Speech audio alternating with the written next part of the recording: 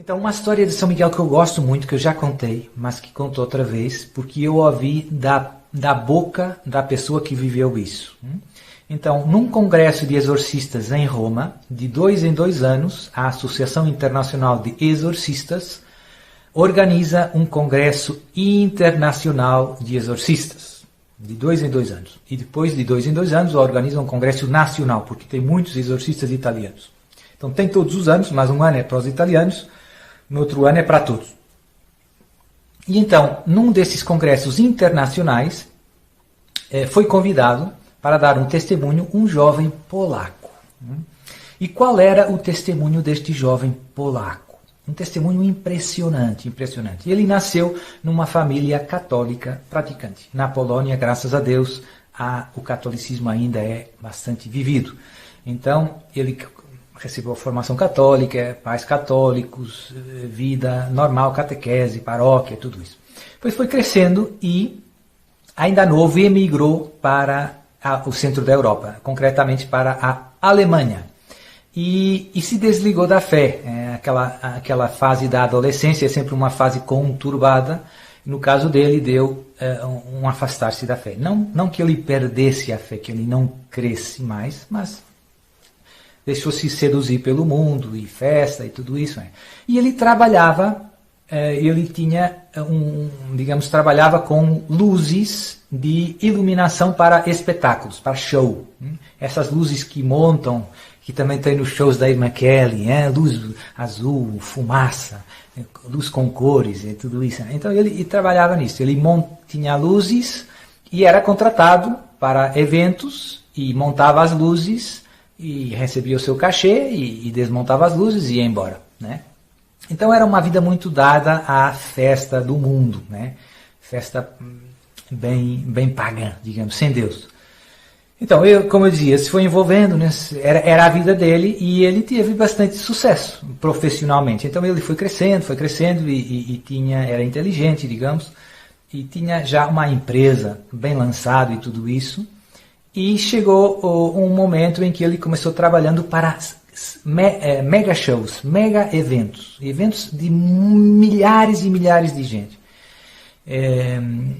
E como era um bom profissional, tecnicamente, ele começou sendo repetidamente contratado pelos mesmos organizadores. E se foi enturmando com alguns organizadores de alguns eventos que tinha todos os anos, ou tinha até mais que um. E um desses eventos, vocês podem dar uma olhada na internet, é um evento bem pagão, temos que rezar, que tem na Alemanha, é um show que penso que dura uns 2, 3 dias, de música house, música techno, né? E que vem gente jovens do mundo inteiro, do Japão, dos Estados Unidos, não sei quem, chama-se May Day. Literalmente em inglês significa dia de maio, e é um jogo de palavras, porque May Day é o código que quando alguém está num desastre, um avião vai caindo, assim, quando o piloto, o aviso que está para que todos aqueles que ouvirem perceberem que está numa situação de perigo de morte, crítica, é Mayday, Mayday. Então, tem essa conotação de pedido de ajuda, de alarme, né? de perigo iminente, né? Então, tem um evento na Alemanha todos os anos, numa das maiores cidades, já não recordo se é Frankfurt, Munique, mas é talvez Munique, pronto. E que tem todos os anos, e é um mar de jovens do mundo inteiro, mas muita gente mesmo, e tem 2 dias e 3 de música techno, luzes, ecrã com coisas estranhas, bailarinas dançando e tudo isso, E com tudo isso que traz isso, né? Muita droga, muita sexo desregrado, é uma coisa decadente do ponto de vista humano, muito triste, né? Ver tantos jovens destruindo suas vidas. Então, esse jovem polaco, como eu dizia, foi sendo contratado várias vezes por os mesmos organizadores e, com o passar do tempo, ele foi conhecendo e percebeu que havia nessa empresa um grupo digamos assim, que tinha uma certa cumplicidade entre eles. Ele percebeu, ele era inteligente e atento, que o diretor e mais algumas pessoas da equipe, eles tinham uma certa cumplicidade entre eles. Eram quase todos, não havia muito, mas havia alguns que eram mais ingênuos, digamos, que não faziam parte, não tinham essa ligação. E percebeu também que essa gente era gente ligada ao satanismo. Foi percebendo por vários motivos e que usavam os eventos para promover, no fundo, o culto a Satanás. Subliminarmente. Por exemplo, as imagens no telão, aquelas imagens piscando, parecem coisas sem sentido e tudo isso, tinha ali coisas más. E tinham um incentivo por trás. Né? Basicamente promover o pecado, né? Levar a droga, sexo desregrado, tudo isso. Né? E pronto. E depois as bailarinas também tinham segundas intenções. Né? Por exemplo, ele dizia, contava que tinham as bailarinas dançando com um pano por cima, você percebia que estava uma pessoa, ela fazia um gestos como querendo se libertar, mas não conseguia. E isso era como, ele dizia, era como uma mensagem, era como eles dizendo às pessoas, nós estamos escravizando vocês e vocês não percebem. Né? Na cara de vocês. Né? Até com as bailarinas. Né? Nós estamos fazendo isso para vocês. Né? Então ele foi percebendo tudo isso e chegou um momento, e como eu dizia, eu convivia com eles, bom, era no fundo um fornecedor de serviços, e chegou um momento em que o diretor do espetáculo, que quem controlava no fundo as luzes, os ecrãs, tudo isso, quem dizia tudo, quem dirige, digamos, o maestro, que era o principal, percebeu que ele se apercebeu que eles eram satanistas. E, durante um espetáculo, ele estava perto dele e o diretor do espetáculo se afastou dos controles e todos os do grupo satânico olharam para ele, como dizer, era um momento de iniciação. Você já percebeu quem nós somos, agora você vai entrar no time. Né? E então, esse foi um momento de dura prova para ele. Por quê? Porque ele estava numa zona de acesso vedado, estava rodeado de todos eles, ele era só um, e não tinha modo de se defender, digamos. E agora? Né? E agora? E então, o que é que aconteceu? Uma situação verdadeiramente complicada, né? E sem muita caminhada cristã, né? Porque ele não estava praticando, né? Então, o que é que aconteceu? Ele pegou nos controles das luzes e rezou e pediu ajuda a Deus. E nesse momento estourou todo o sistema de eletricidade. Ficou tudo escuro, tudo.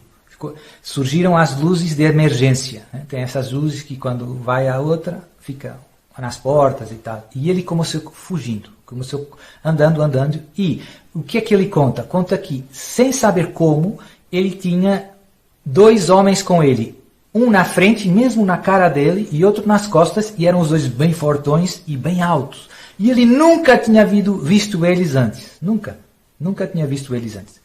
E à medida que eles se aproximavam das portas, as portas da zona, digamos assim, onde estava a direção do espetáculo, que eram fechadas ao público, ninguém podia passar, tinha seguranças.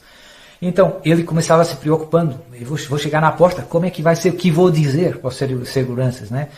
As portas se abriram e ele passava sempre no meio desses 2 homens, desses 2 rapazes altos e fortes, que ele nunca tinha visto. 1 porta, 2 portas, 3, e ele chegou na rua, e esses jovens desapareceram e ele começou correndo na direção do carro dele.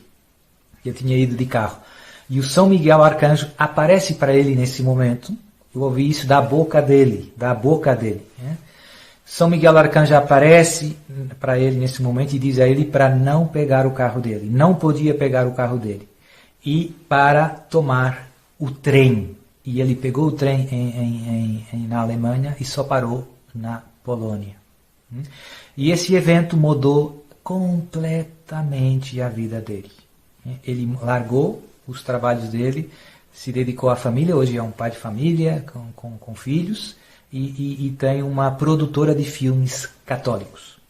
Portanto, se dedica no fundo à evangelização através do cinema. Que ele tinha experiência nessas áreas, digamos assim. Então, esse é um testemunho bem forte, que penso que nos anima a ver como a presença, a intercessão de São Miguel Arcanjo é bem real. Faz lembrar os Atos dos Apóstolos, né? As portas se abriram. Então, Deus fará o mesmo, se for necessário, por você e por mim. Mas é importante que nós mantenhamos o foco, a fé. Mantenhamos a fé. Agora é momento de rezar.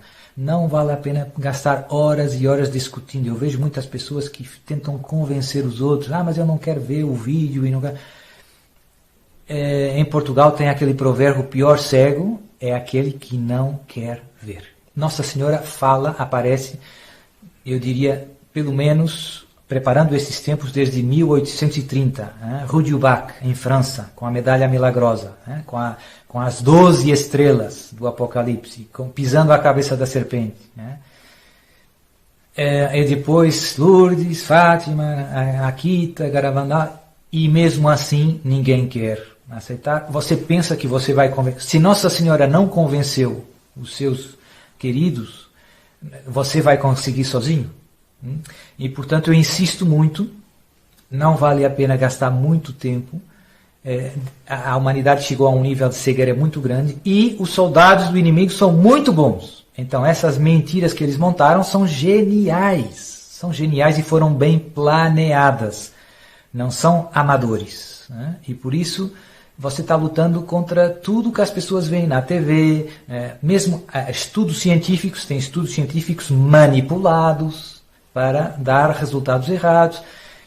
E pronto. Graças a Deus também tem muita gente boa que tem bom senso e que, mesmo sem a ajuda das revelações do céu, se percebe que alguma coisa não está certa. Tem muitos médicos, muitos cientistas que percebem que nos estão tentando enganar. Pronto, mas são uma minoria, infelizmente. Portanto, agora é o momento de rezar. Rezar, pedir a Deus a graça de perseverar na fé. Não vai ser fácil. Quando o Filho do Homem voltar, acaso encontrará fé sobre a terra?